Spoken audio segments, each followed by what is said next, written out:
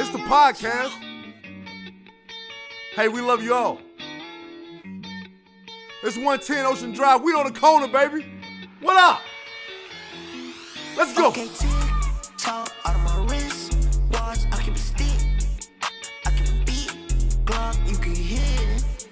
After my miss shots, I keep a stick. I tell a kick, rocks. Okay, kick, rocks. Hey. Drop after my kiss. You making shit hot. You think I'm dumb? I ain't no kid. Thought you was in love. You ain't my bitch. Nah, she on my drip. Talk to her, baby. She never went both ways, but I made them lip lock. Never had a condo for days, she was at the tip top. Might as well throw away the key, I got the streets locked. I've been drinking all this lean, I know I need to stop. Hopping out of stolen cars. Let me let everyone know who's with us today. Grant on the sideboard. Alex, our engineer. Hey. Quick shout out to Alex, Alex from man. Grant Hey, we love you, man. and We love Tave. you. Yeah, Yes, Alex man. makes all this possible. Hey, without Alex, none of this is possible. Yeah. None of this is The possible. best pro bono engineer we've ever had. Yes. Hey, man, it's Tave. I'm here, baby. I'm here. We want to talk about the recap, though. Can we talk about the recap? We from can last talk week? about the recap. You know I want to talk about it. Because I was on fire. You were. Yeah, I was. I missed one. I was impressed, man. Missed one. One pick. Oklahoma couldn't let Texas just, stay within 8. That was real rude. Sam Elgin threw that interception at the end, and it hurt me because I told you, I said, hey, listen, they're gonna cover. Yeah, you did. You also told me that Alabama was going to lose. I did. So your thoughts last week, bit questionable. Wait a minute. Wait 1 minute. Georgia, Kirby Smart. What was that? 4th and 11. You run a fake. Hey, listen, if you wanted to go for it, just put the offense back on the field. Yeah, I don't get that. You put a backup quarterback. Hey, look, Fields is a great quarterback. He's going to be very talented, very, very skilled young man. 220-pound quarterback. But you don't But have let the your right. guy go out and get the game. Exactly. Let him go out here and make the play. Give him the chance to fail at least. I mean, I'm not sure what message that sends to Fromm. It's not good. That wasn't good. No. I thought that was a bad play. Midfield, you had a backup quarterback. Don't get me wrong. Jalen Hurts. Hey, I'm super happy for Jalen Hurts. I'm not really. I don't give a fuck. He's Well, Alabama. He plays for Alabama. Yeah. War Eagle and all. War Eagle all day, baby. War Eagle all day. It's like if you were a North Carolina fan, you don't care if Duke is good or not. No. Well, I prefer them to be awful.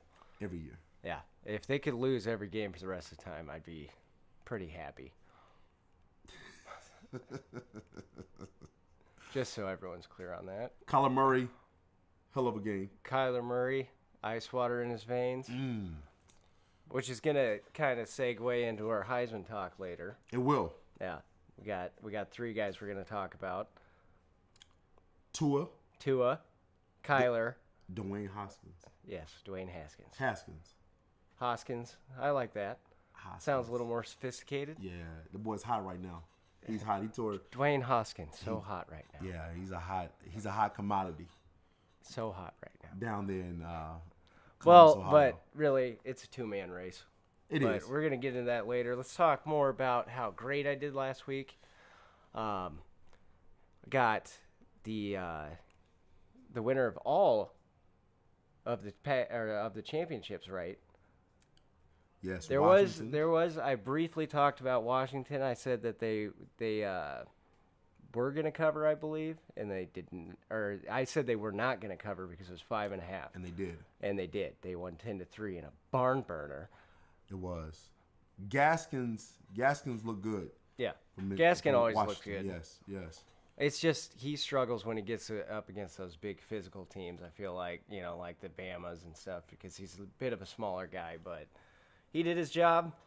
Washington did their job. They're going to meet Ohio State in the Rose Bowl.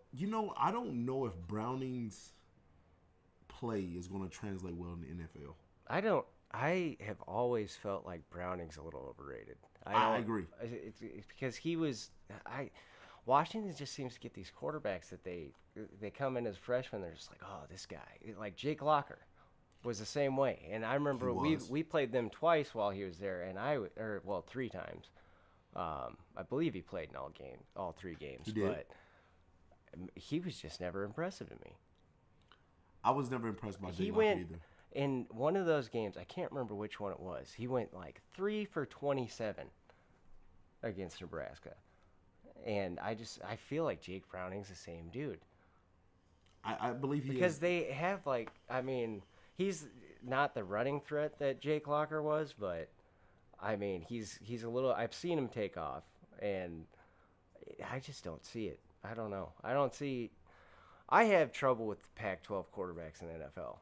Outside of if you look through outside of Jared Goff and Andrew Luck, and Aaron Rodgers too, but they weren't as high profile. Yeah, I mean, Matt Leinart won it. But all the highest profile, excuse me, Andrew Luck and Jared Goff were that high profile. But Yes, I'm talking about the Mark Sanchez, USC's laundry list of quarterbacks that have gone to the NFL and really been What about Josh Rosen? subpar. How do you feel about Josh Rosen down there in Arizona Cardinals right now? He's not impressing me any. I don't know if that's because their team's so bad, but I don't. He's just kind of like every other guy, I guess, is the best way to put it. Yeah, There's nothing that stands out to me. I thought going into the draft that he was the most NFL ready of the rookie quarterbacks. Apparently Baker Mayfield was.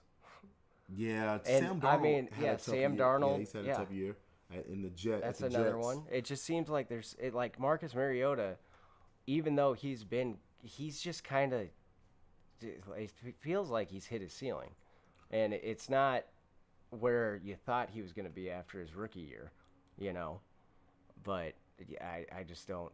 The Pac-12 quarterbacks just kind of make me nervous, I guess, because it seems like it's boom or bust with them. It is.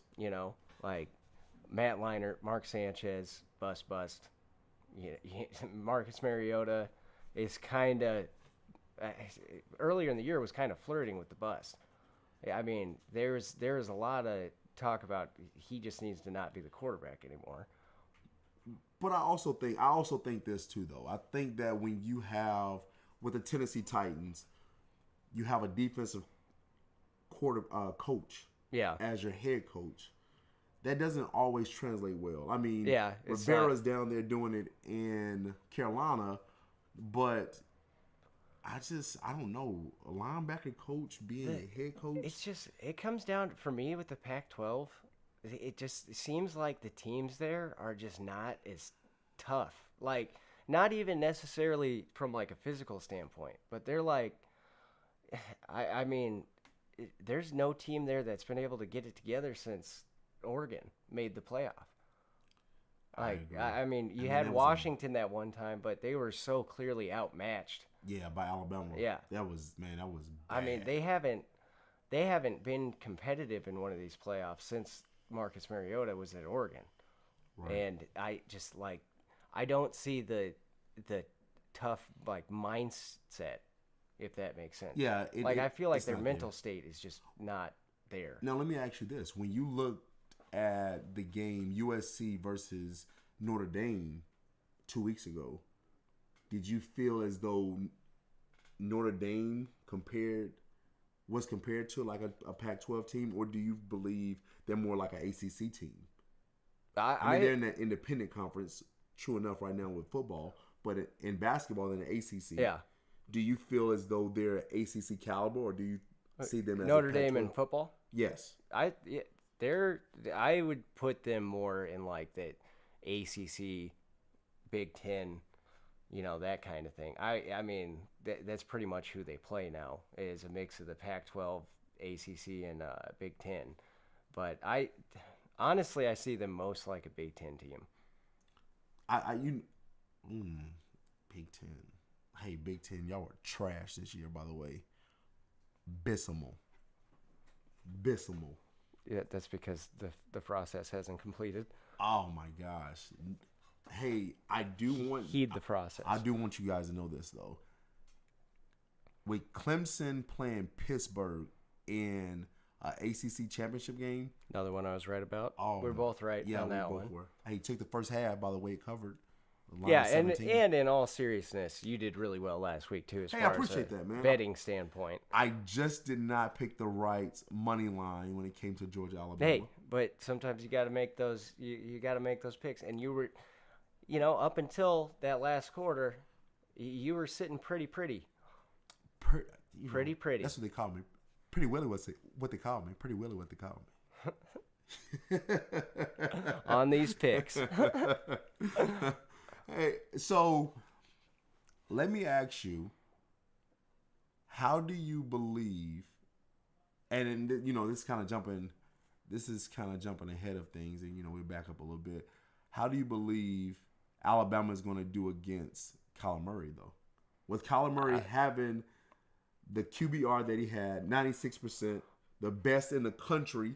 Yeah, it's not a question of their offense. I'm sure they'll score 30 points, but Alabama's got too much firepower on offense for them to deal with. I think their defense is horrible. I mean, they set a record this year. Well, call it a record if you want, I guess, but they were the first team in college football history to win like 4 games in a row where they gave up 40 points or more, I believe. Yeah, I saw that. It was a crazy stat of, being one-sided. Like, I just don't. The defense is just way too big of an issue for me to say that they're going to be able to. It might be one of those things where it's close in the first half, but it's just going to. There's going to be those 2. Really, all Alabama needs is 2 or 3 stops, and they're going to win the game. Yeah, it could be ugly. Yeah, it could be real ugly. And Kyler Murray, out of all the Heisman candidates, is kind of the most prone to throw a pick. He's completing 70% of his passes, which is very good. He's got 40-7. But on the other side of the ball, you got a guy who's completing 69% of his passes and has thrown 4 interceptions. So, in a game like this, it might just be who stops who first. I see the defense for Alabama, and I believe that's going to be a major concern for Kyler Murray. I don't believe that I know for a fact it's not a Big 12 defense in the conference that's anywhere near Alabama that even come close to any of the SEC teams that Alabama has already played. Yeah, Tua they might. Even if Tua doesn't play, Arkansas's defense belongs in the Big 12. It was bad. Yeah, that was bad. Yeah, there's a couple. Bad. You got a couple defenses down there that could. Missouri. Hey! Shout out Kelly Bryant by going to Missouri. Yep. Pick the other Tiger. That was a business decision. That's not a. I don't think that's a bad fit for him. I think that's a really good fit. It's the East Coast. I mean, it's going to be on the East Coast. The Eastern Division. The Eastern Conference. Yeah. So therefore, he's over there with South Carolina, Kentucky. Very Florida. winnable. Yes. Very winnable. Yes. And I think that Florida's not real it matches up well with the teams that he plays in the ACC. Yeah. The SEC East is people really I think they underestimate how bad that side of the conference is, and I think it kind of came to a head this year because all those teams jumped into the top 10, and then all of them just kind of Florida is Kentucky, not real. Florida. Kentucky is not real. No. The only team in that conference or in that division is Georgia. And do I think Missouri gets by them? No. I don't. But do I think they have a better shot against Georgia than Auburn and Alabama and LSU? Texas A&M. And I think Mississippi State's on your side. State's there. No. I thought that was a great business move by Kelly Bryant. I wanted him at Auburn, but I knew that if it was between him and Missouri, from a business perspective, he would go Missouri. Yeah. And it made sense. Well, I feel like maybe there was a little bit of fear of going to Auburn and ended up, getting labeled like Cam Newton. Not Cam Newton. The guy after him, Nick. Oh, Nick Marshall. Yes, Nick Marshall. Yes, because he reminds me more of. Yeah, but he reminds me more of Nick Marshall than Cam Newton. Is what I'm saying. He does. And Nick Marshall kind of had the label of system quarterback, needs a position change, and I think that he'd more. I just think he'd be more. This is completely speculation, but I think he'd be more susceptible to that if he went to Auburn rather than Missouri. I hate he went to Missouri. That hurt me. Yeah. That hurt me as a fan though. But when I knew that was a business move, Yeah. it made sense. I think that system is gonna let him show off his arm a little more. Speaking of the SEC, let's talk an old SEC coach. An old SEC coach, Less. but originally Big 12 coach. Yeah, he was Oklahoma State. Yep. Less. He's the one who got the ball rolling at Oklahoma State, so he does know how to coach in the Big 12. Less, Miles. Say less. Be less. Why less? Not less. Kansas? No. Can less. Oh well, we could just call them winless. Oh my, less. These guys. And then you take Chip Lindsey from Auburn as your offensive coordinator to go to Kansas. Let's talk about something real quick. They were ranked rushing wise 81st in the country, passing wise 97th as a total offense 112th. Defensively, that's your specialty. Not less. Why less? Not less. Yes, less. My less. Defensive wise, 77th in rushing defensively. Where's the pass though? 92nd. Yeah, that's where it is. 80th defensively. Less, not less. That's actually. And here's, my less. Are we going into the coaching thing already? We're just going straight into it. I think it's important. Okay. I think it's important to get there. All right. So here's my thoughts on Kansas football, because I told my friend here, Tave, that I'm not. I have a lot of things to say about them because they beat you wrong. They did my guy Turner Gill dirty back in the day, and I agree. I don't know who Kansas thinks they are. So I read an article earlier today from the start of the season that said David Beatty, their coach, who was ex-coach. Yeah. This was the first year of his tenure that he had 70-plus scholarship football players on his team. He didn't have a complete team that whole time. And I don't know if you watched Kansas football before he showed up, but the progress that he's made is real. Yes, they did evolve. I mean, they when he took over, they were losing by 40 a game. It didn't matter who they were playing. They were losing. They lost like 5 games in a row to D2 schools. I believe that was them. But Kansas, just what I don't know who you think you are in football.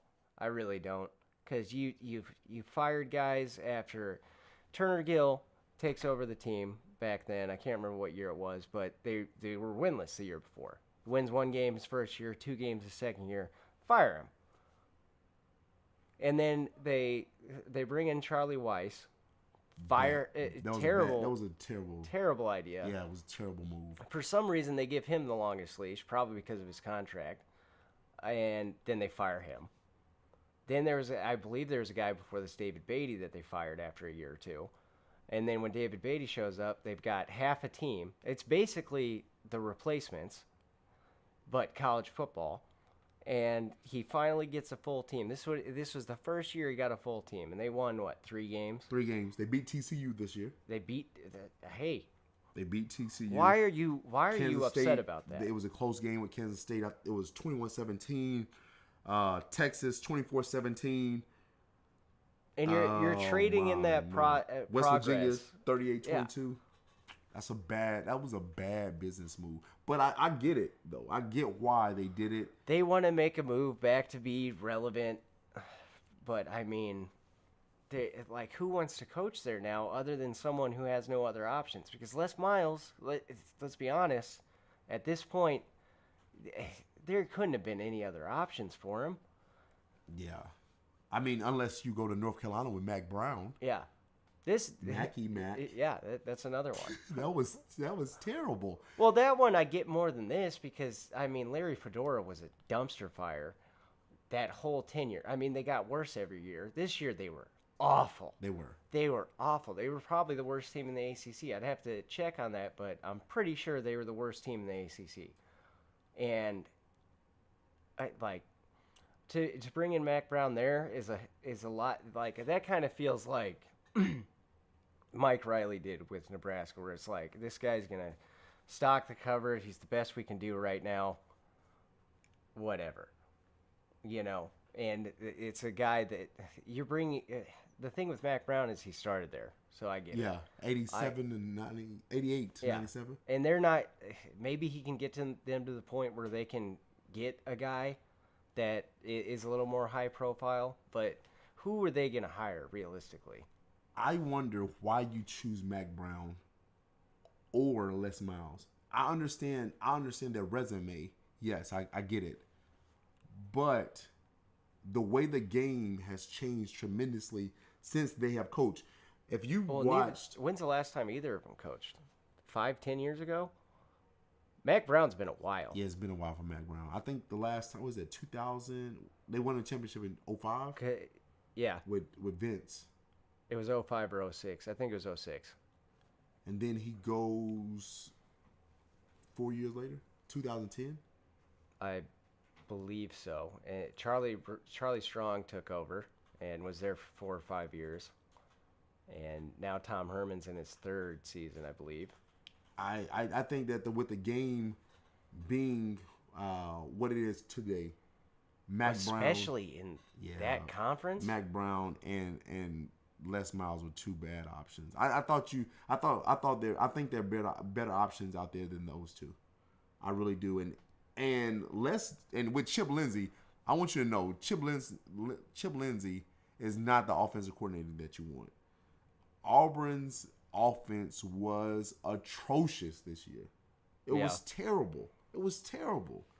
It wasn't what you're used to seeing from them. Like we didn't have it. We didn't have it. And I mean, I guess you can go to you can take Chip Lindsey to Kansas with you, and with taking him there, you may think to yourself, okay, we have something because of the fact that this conference doesn't play any defense. I just thought it was a bad move. Yeah, I almost feel like if you flip Les Miles and Mac Brown, it might be a better situation for those schools. Like if Mac Brown went to Kansas and Les Miles went to North Carolina, I feel like that might have been better. But, man, I feel like both of those were just kind of like, they do remind you of like the Raiders jumping for John Gruden.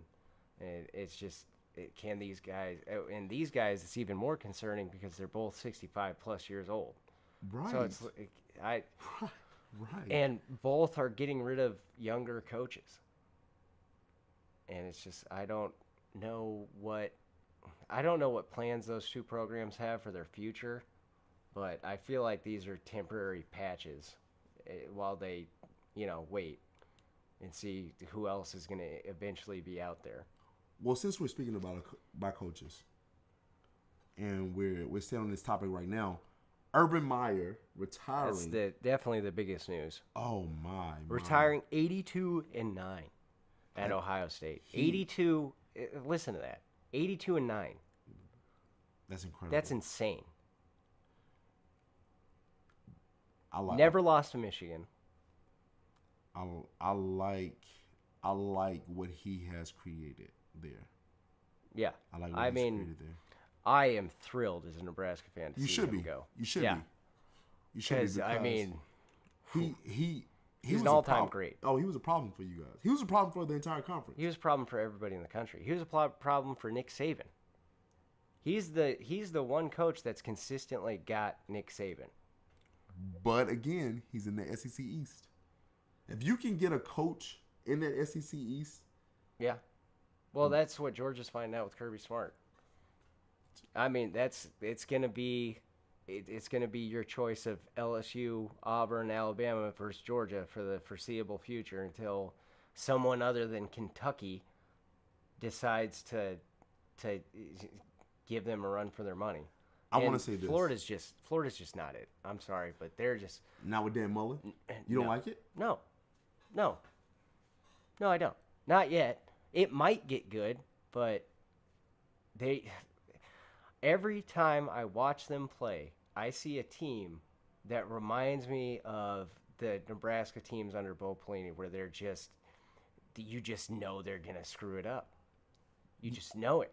You know, I actually feel that way about Georgia, though.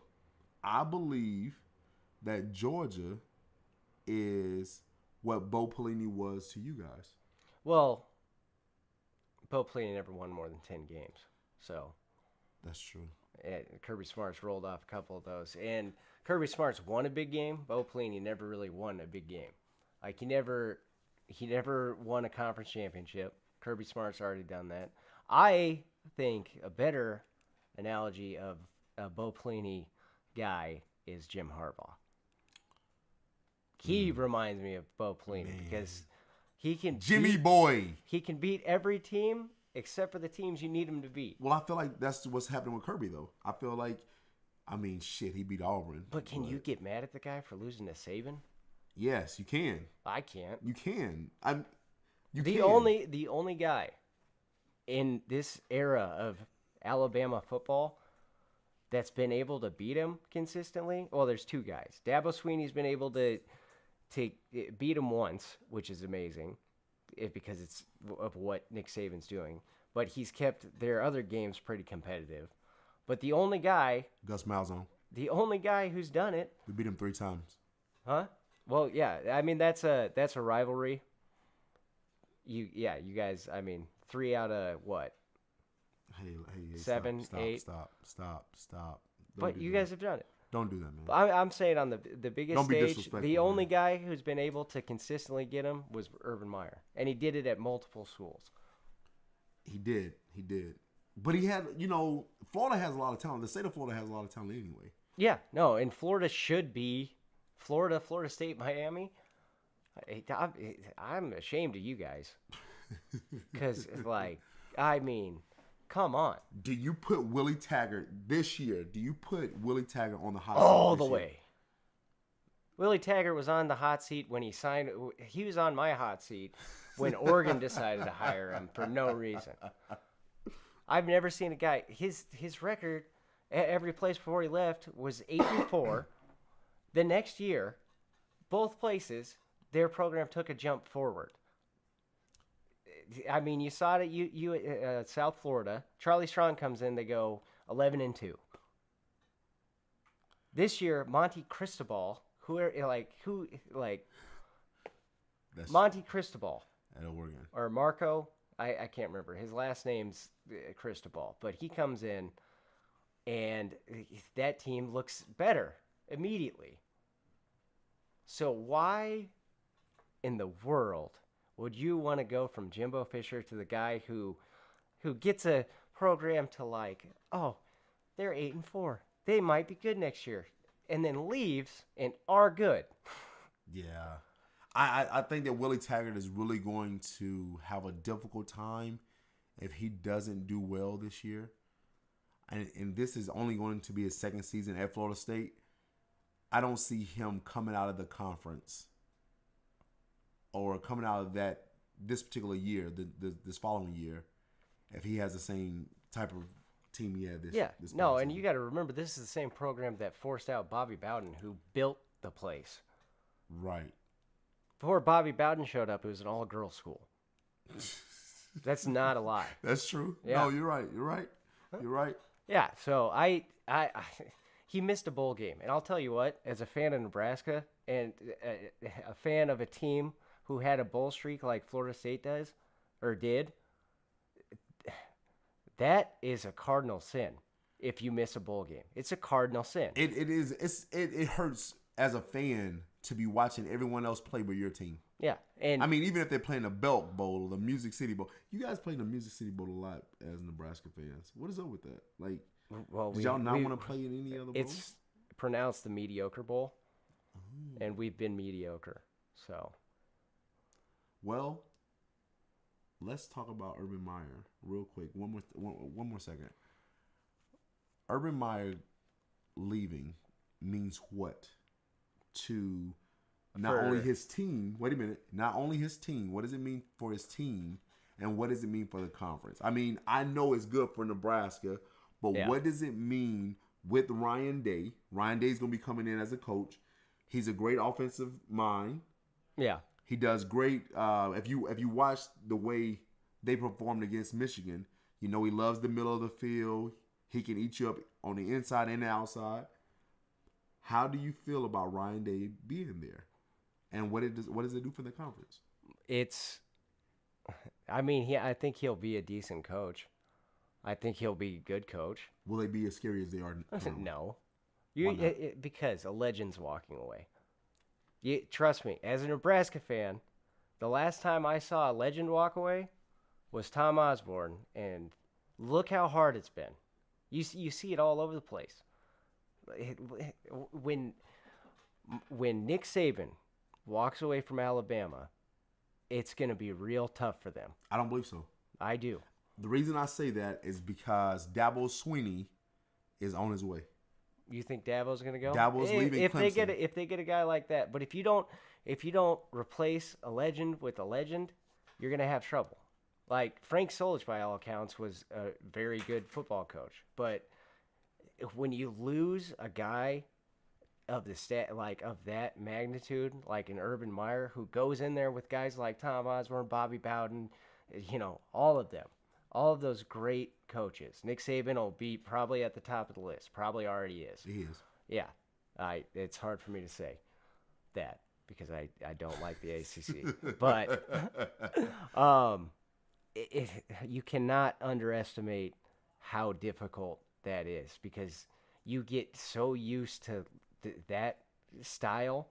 Like you get so used to beating your rival every year that when a new person comes in and they lose, like if he comes in and loses to his first game to Michigan, it's gonna upset that fan base, and it gets a little tricky because you get so used to winning every year against that team, you get a little spoiled, right? And then you see teams get kind of susceptible to being a little trigger happy, and this is exactly what happened in Nebraska. They got trigger happy, they fired Solich, bring in a new guy, fire him. Then they get stuck in this thing where it's like, oh, Nebraska's just going to fire you. So then they have to hold on to Bo Pelini for way too long.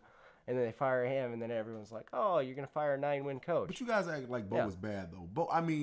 Bo did have... He was a good coach. He had some outbursts with when you blame the fans and then you go through the process to start cussing out kids, let me tell you something. I don't mind you disciplining my child, but don't embarrass him. Yeah. Don't grab him by the face mask, take his face mask off or his helmet off, and then just cuss him out in front of the entire... Yeah, no, and the biggest problem Nebraska fans had with him at the end of it was he had this mentality that, like, he set up the kids with, like, us against the world. But when it came to, like, him actually taking responsibility for things, he was so quick to throw them under the bus because his answer...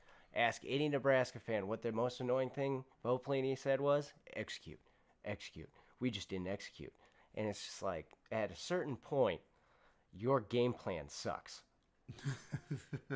Like, if you give up 500 yards rushing to Wisconsin every year and they're running 3 plays, your game plan sucks. Or it can't be run by the people you have, and it's your job as a coach to put your kids in the position to do it. So...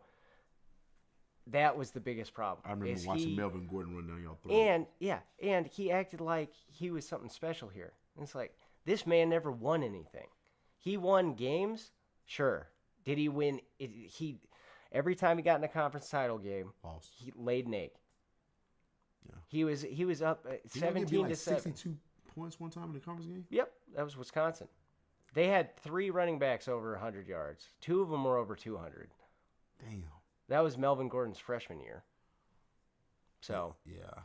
Well, what does it mean, Urban Meyer leaving, what does it mean for Jim Harbaugh? It means there's a light at the end of the tunnel. Do you believe that the $10 million will be worth it now for him? For the University of Michigan, do you believe they will get their money's worth? Yeah, that's really tough to say. We got to see how Ryan Day, has he been a head coach at the Division I level? I don't think he has.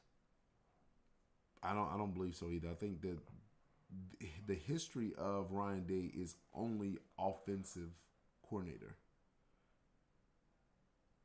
Yeah, and it's just sometimes you get a guy who you think's a dynamite hire, like when Florida hired Jim McElwain, who's now at Central Michigan. So that's cool. But sometimes you think you got a guy who's a lights out hire, who's gonna carry the program forward, and they fall a little bit short. So yeah, Ryan Day, New Hampshire. He was a tight end there. I'm sorry, coach of tight ends, Boston College. Yeah, he bounced around as a graduate assistant. Then most recently, before Ohio State, was in the NFL. Quarterback coach. I mean, I'm sure he's got their offense seemed fine, but it's a whole different thing when you're the head coach. Yeah, it is. It is. And you see Josh McDaniels knows that. Exactly, and you see so many times. And there's a lot of cases where someone has their first head coaching job, like Bill Belichick, right, and it doesn't work out, and then they learn from that, and they come back, and they end up being a great head coach. That's the concern with that's why Nebraska decided not to go after Frost. It was he didn't have any head coaching experience, and you don't know how people are going to react or how they're going to translate to being the CEO. It's harder. I think it's harder due to the fact that when you're trying to put like a defensive coordinator together, and I develop a stronger defensive system or a stronger defense. It doesn't look well for offensive coordinators because that's not their specialty, and you're seeing that right now with Oklahoma, what they're going through. Yeah, because their defense, man. Yeah. Oh man, it's really bad, and you're seeing that at West Virginia. You're seeing that at Texas Tech. Well, you're seeing it all across the Big 12. All across the board. Yeah, and I mean a lot of offense. Everyone wants to be an offensive team, but when you need someone to make a stop, you don't have the right people in place. Nebraska was a good example. A good example of this. Yeah, and that was a lot of offense with Scott Frost. He has the right schemes. He has the right players in position to make plays. The quarterback situation is fine, but your defense, man. Well, but you saw the progress that the defense made, because last year was people teams were taking it easy on us. I can't stress that enough, because there's been a conglomerate of Nebraska fans that can stop being Nebraska fans for what I'm about to say, because they they forget about last year. So you talking about bandwagon fans? Yeah, people who want Scott Frost out because they have no business making football decisions ever. It's what that shows me. Yeah. But and he gained fans by exactly. The defense was so bad last year that they had 12 sacks the whole year, or 11 sacks the whole year, 12 or 11. I'm trying to delete that from my memory. But think about that. That's a sack a game. It is. That's so bad. And I mean, it would be one thing if you had a sack a game and you were forcing turnovers elsewhere. No. There was multiple corners who had one or two pass defended. I mean, Lamar Jackson, before this year, didn't have an interception in his career. That was a 4-star guy. That was a top 100 recruit. And then the second Scott Frost and these guys come in, halfway through the season, you start to see that flash. And you're like, oh, okay. You start seeing corners run down the field and turning their head, which we hadn't seen in 4 or 5 years. I mean, it's little things like that. It's they started not giving up, and that's all coaching. So it is. I agree with that completely. I think that when he gets, I think this year, once the team is able to, get themselves together, pull themselves together from a standpoint of getting his recruits in. Yeah. When he's able to bring his recruits in, then you guys to see how good you are. Yeah, and a lot of people have been comparing the Urban Meyer stepping down to Bob Stoops. I think that might have been Meyer himself who said that. But here's the deal: Bob Stoops, one of the all-time great coaches, but he's not at the level as Urban Meyer. He's not. He's not. It's not the same. It's not even close. Because with Bob Stoops at the end of his career, you needed, you could see that his style kind of fading into the past. Right. Urban Meyer, you've never seen that. You've never seen that from his teams. They're always at the forefront of innovation in their offense. And he's one of those guys who can kind of tailor a team to their, he's so good at finding ways to use people. Oh yeah, definitely. He maximizes all the talent he has on his roster. Especially at the quarterback position. Look at Florida's quarterback since he left. That says enough. Look at Ohio State's quarterbacks before he got there. And I'm just, for the conference, to answer your question, for the Big Ten Conference, for everyone not in Columbus, Ohio, it is fantastic news. Let's talk about it. We're talking, what are we talking about again? The award awards. races. That's right. Yeah, man. With the awards, I am very confident in a few and not so confident in a few others. There's a lot of toss-ups to me. But this, I just want to take a second to talk about. This, I love this time. I love the award shows. I've always loved it. It's really nostalgic for me. How dapper these young brothers get in the suits. And it's nice to see, young African-American males, for the most part, do, represent themselves so well. I like that. Damn. Just to get a little I guess political. we don't represent ourselves well any other No, time. that's not what I'm saying. I'm just saying the media has a habit of portraying these kids as thugs and guys. And dummies. Boy, I'm gonna tell you. But I think we got a lot of we dress up, we clean up well. Yeah.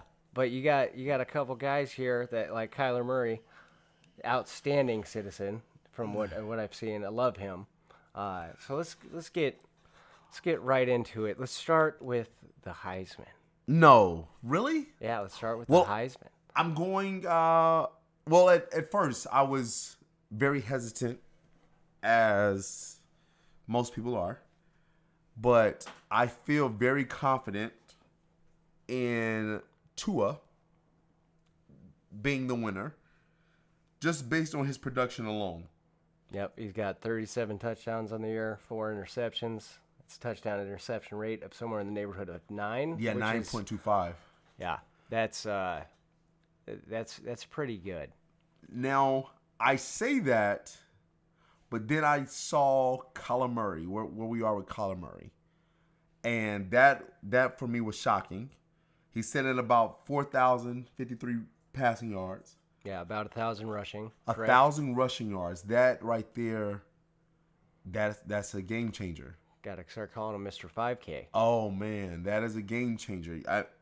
I looked at his stats, and once I saw that he's sitting at about 47 passing touchdowns, 7 interception. And then 11 rushing touchdowns. And 11 rushing touchdowns. Yeah. So this guy's responsible for 58. Yeah, it startled me a little. Yeah. It startled me a little. He's a real dude. Because his passing rating is about 96%. The best passing rating since last year with Baker Mayfield. Yeah, yeah. He's going to break the record by having the highest passing rating. That right there, it could change the way people look at things. It could change your vote. I think it really can. Yeah, I think what changed people's votes was the championship games, because you saw Kyler Murray put his team on his back, and in the biggest moment of the season, and Tua kind of, he didn't even really win his game. Jalen Hurts had to come in relief, given it was, He kept his team in a position to win, but he didn't look the same. So let me ask you this. Does that change how people vote? I think so. Because when you're talking about conference championship week, there's the way that it's set up now, it's a lot easier for these voters to watch all of these games just because there's 5 games really in conference championship week that everyone's watching.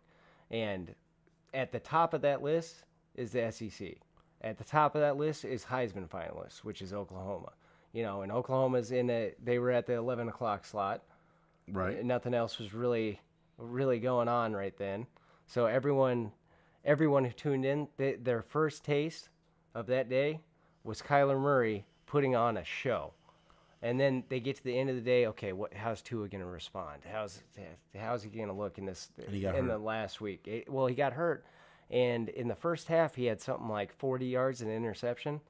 He did. Yeah. So, to me, for a guy to come out in the conference championship, the biggest game of the season, definitely their best opponent, and he kind of laid an egg. I don't want to say that he did because his team won, but it certainly wasn't a Heisman performance. Yeah, I felt like he laid an egg. I definitely did. And I looked at the production of Kyler Murray and was excited about Oklahoma's future. I thought if he doesn't go, and I think he's a junior. He'll be a junior next year. Well, and I mean because he redshirted coming out of Texas A&M, but he has a bright future. Jalen was the winner of the Alabama game, so I don't know. I'm torn. I want to go with Tua. That's my pick. I'm going with Tua, guys, but I will not be disappointed if they give it to Kyler Murray. Now, from a fan's perspective, I want Kyler Murray to win it. That's just me. Another Alabama player winning the Heisman, no, I'm not feeling it. But, I think that with Tua's production this season, it's been really, very productive. But that QBR, when I saw the QBR and then I saw the 892 rushing yards. Yeah, and the 71% completion percentage. That was great. Anytime you're talking about a quarterback with a 70% completion percentage, that's beyond elite. It is. That's big time football. Yeah. Anything in college football above a 65% is right where you want to be. It is. And to go to 71% is just absolutely crazy. And his performance in their championship game, avenging their only loss to their rival, I have to. If I was a voter, I'm going Kyler Murray. I want him to win. I think he earned it this last week, because if you look at both of their seasons, both of them have been nothing short of exceptional throughout the whole year. It's just right at the end in the biggest game, one person really put their team on their back and just, stepped on the throat of their arch rival, and the other guy had his backup come in and win the game for him. Yeah, I agree. I also believe, though, with Dwayne Hoskins. Yeah, he hot. Dwayne Hoskins. That boy up there in Columbus so hot right now. He's hot. He had 51 total touchdowns. Yep. He's sitting at about 47 passing touchdowns, 8 interceptions, 4,500 passing yards, and he has a 70% completion rate. I'm just saying.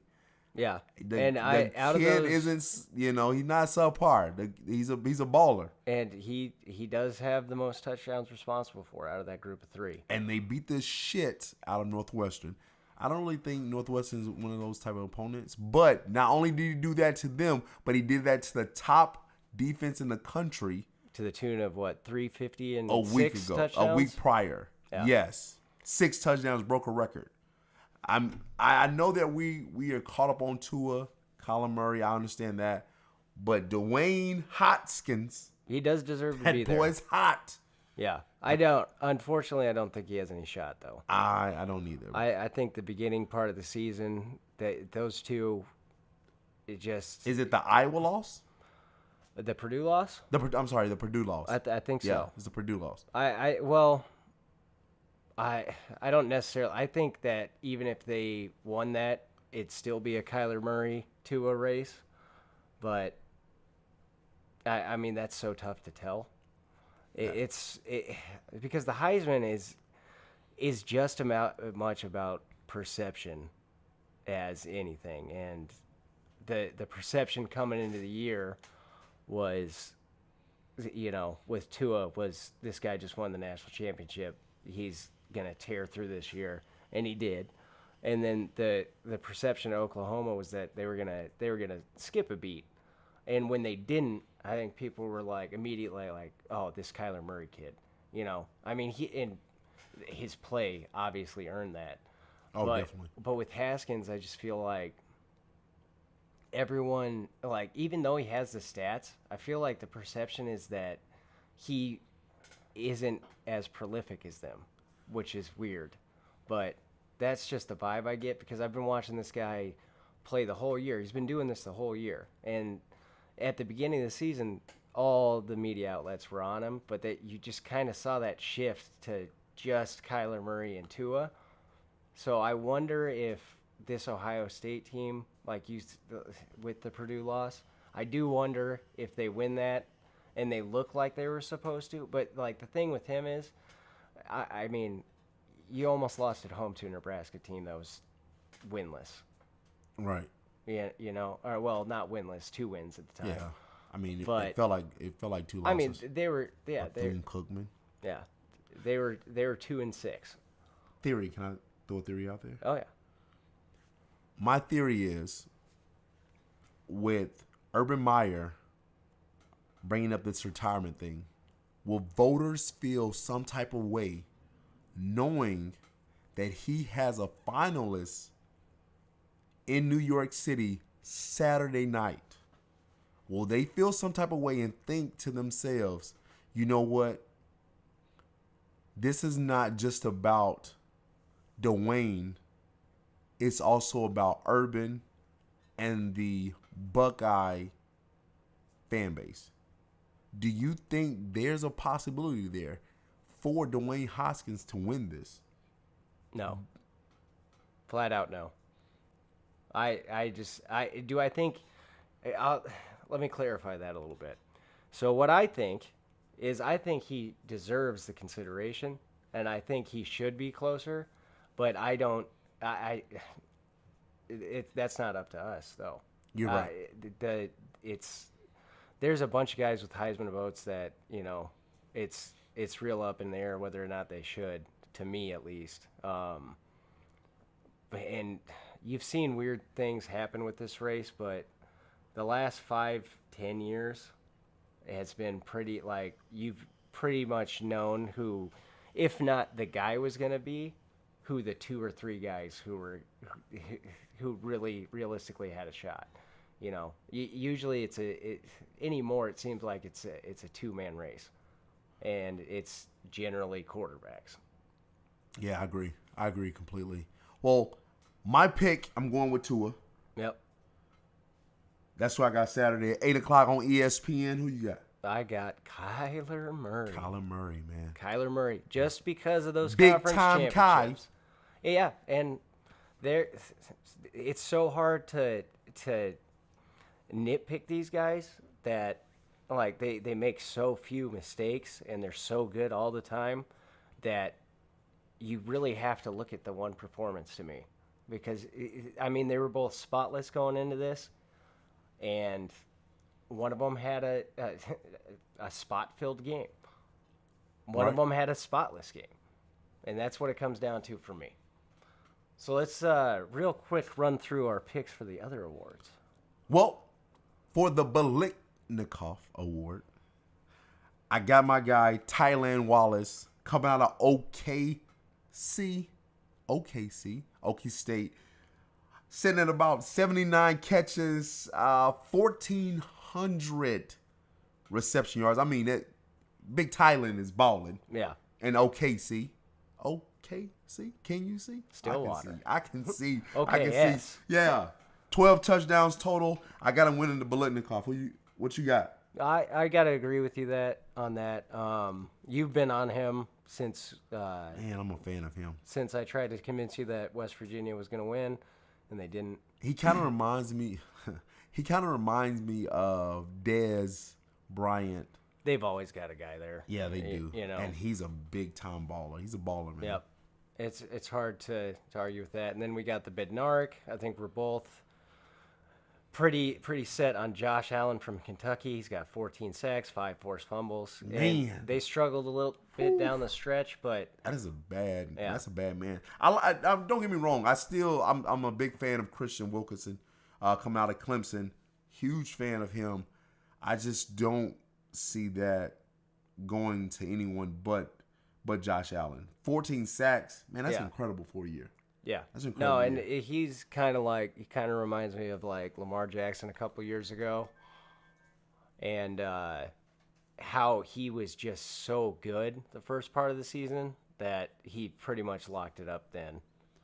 I mean, that team struggled a little bit down the stretch. He struggled. I mean, as much as he can struggle, Yeah. but he was so good those first couple months that I think he locked it up then. Yeah, I agree with that. I agree with that completely. For the Maxwell Award, Most Outstanding Award. I think that one's gonna go to Tua, but if it was my pick, I'd pick Kyler. But I have a feeling that one's going to Tua. I Most Outstanding. I'm going Kyler Murray.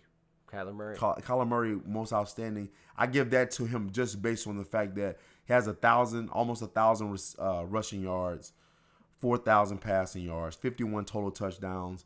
I'm a fan of him. 7 interceptions. The guy's he's most outstanding by far in the country. I He's agree. the most outstanding quarterback by far. I agree with that. 96 QBR. Oh man, And if it was up Big to me, time. I'd give him the trophy. But it ain't up to me. I think Tua gets that one. So if you're giving Tua the Maxwell for most outstanding, you're going best quarterback, which is the Davey O'Brien Award. You're going Tua, huh? I'm going Kyler. Oh, Kyler. I'm sorry. It's two different voting Yeah, bases. you're right. Yeah. Kyler. There's always some weird stuff with that. I'm going. You know what? I'm gonna switch it up. I'm gonna go Dwayne Dwayne for the Davey O'Brien Award. Haskins. It's going to be tough to win because he's not a finalist. Damn right, he's not. Yeah, I'm that's Will tripping. Greaves. Yeah, I'm going Tua. My apologies. I'm going It's Tua. amazing that he's not in that. to Yeah, me. I just looked at that too. Yeah, Yeah. I'm going Tua. It's- Most outstanding yeah. quarterback Tua. 37 passing touchdowns, 4 interceptions. Yep. Yeah, I'm giving it to him. Okay. Thorpe And then Award. Thorpe Award. I got DeAndre Baker in this. GA from Yep. Georgia. Yep. I like that Georgia boy. Yeah. That Georgia boy. Just because I think Georgia boys. yep, Georgia boys. I like that. I think he kind of came in there late and did a real good job there.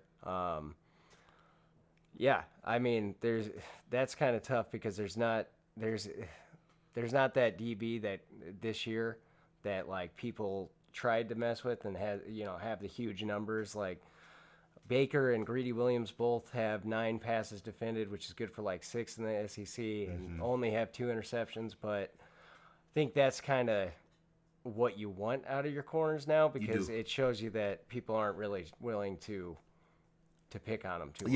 Yeah. With DeAndre, man, he's a great man coverage type of guy.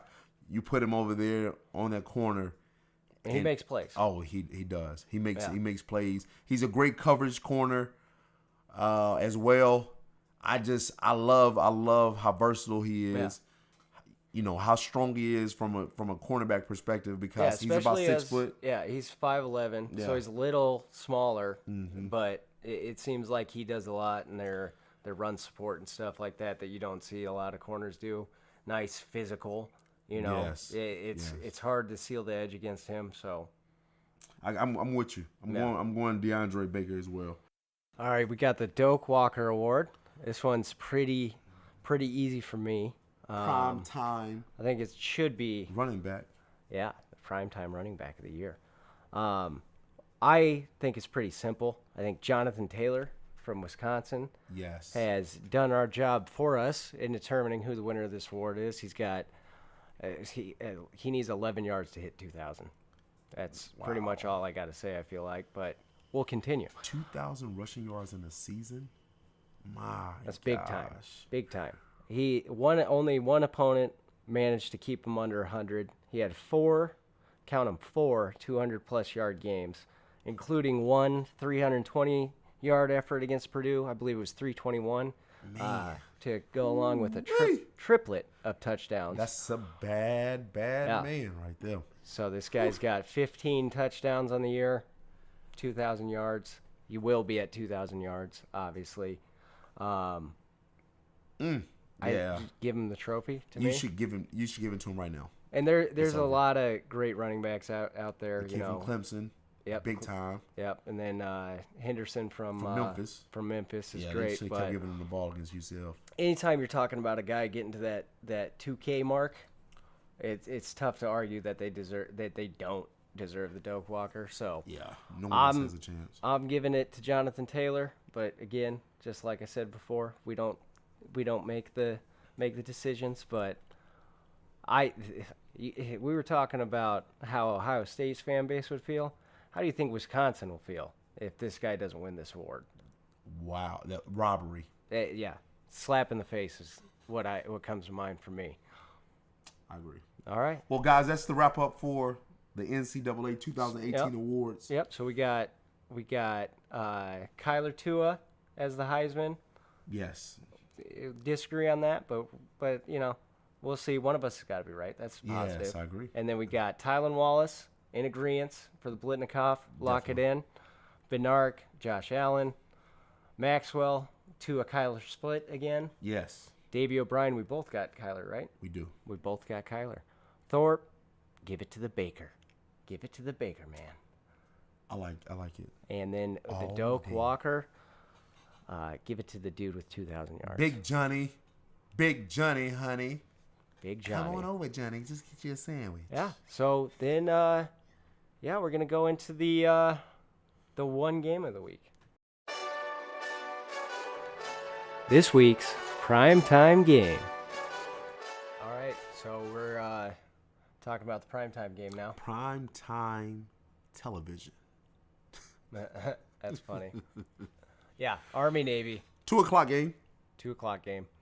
Army is favored by 7 points according to the Vegas gods.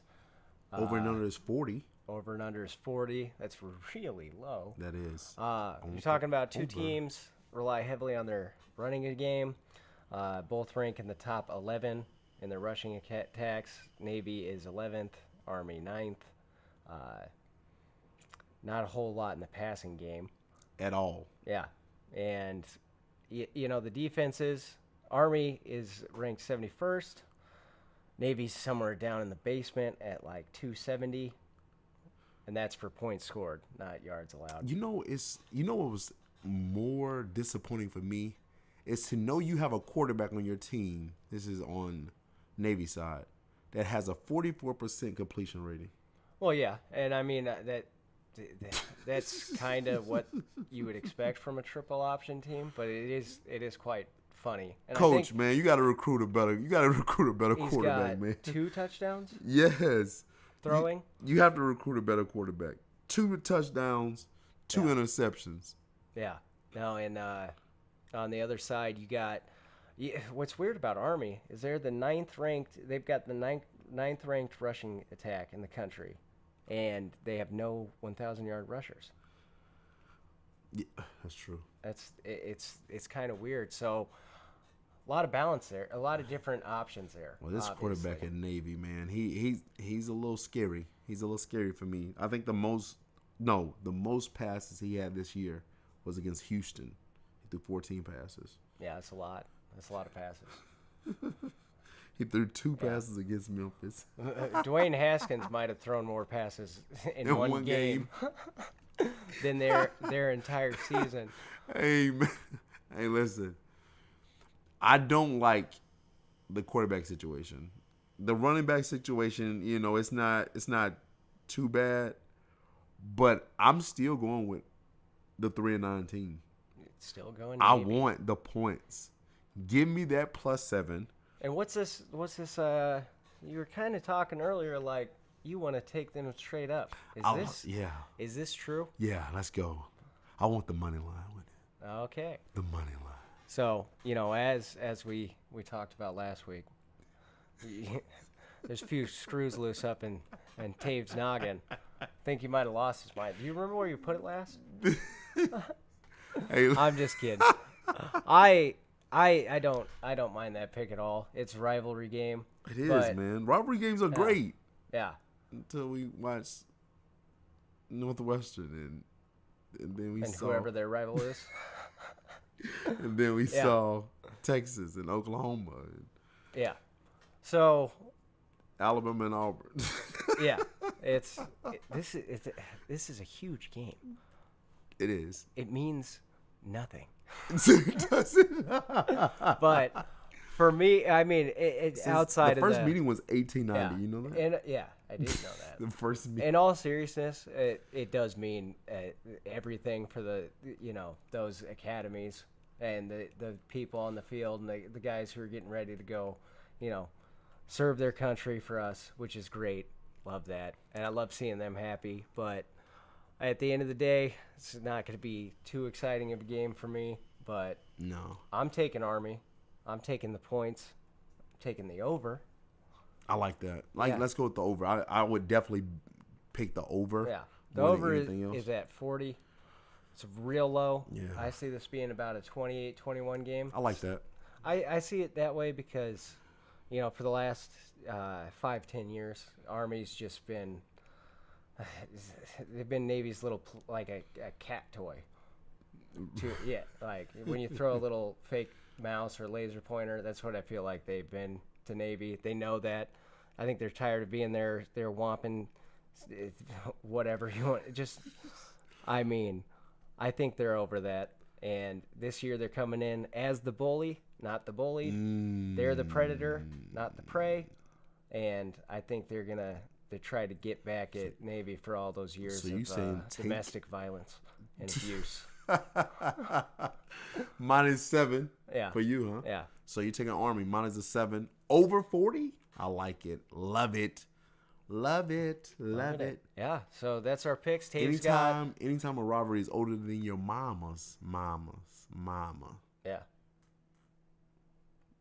You should. That was 2 centuries ago. That started. Yeah, that's some dusty. Let me be quiet. But anyways, so Tave's got Navy. He's got the money line. He's got the points. He's got all of it. I've got Army with the points. Yes. That line's at -7. One of us got to be right. I agree. One of us has got to be wrong. Follow us on Twitter at 110 Ocean Drive. Don't forget to like and subscribe. And if you want to get the alerts for the new episode, go live. Click the bell icon after you subscribe. And let us know what you think in the comments section. Let us know how much you hate, love our picks, how much you hate and love us. We love to hear from you guys. Yes, we would. Yes, we would. Well, listen, if you don't have the money to make the bet, don't take the bet. But if you have the cash, make sure you take the bet. Hey, it's been fun, guys. Thank you all. Talk to you soon.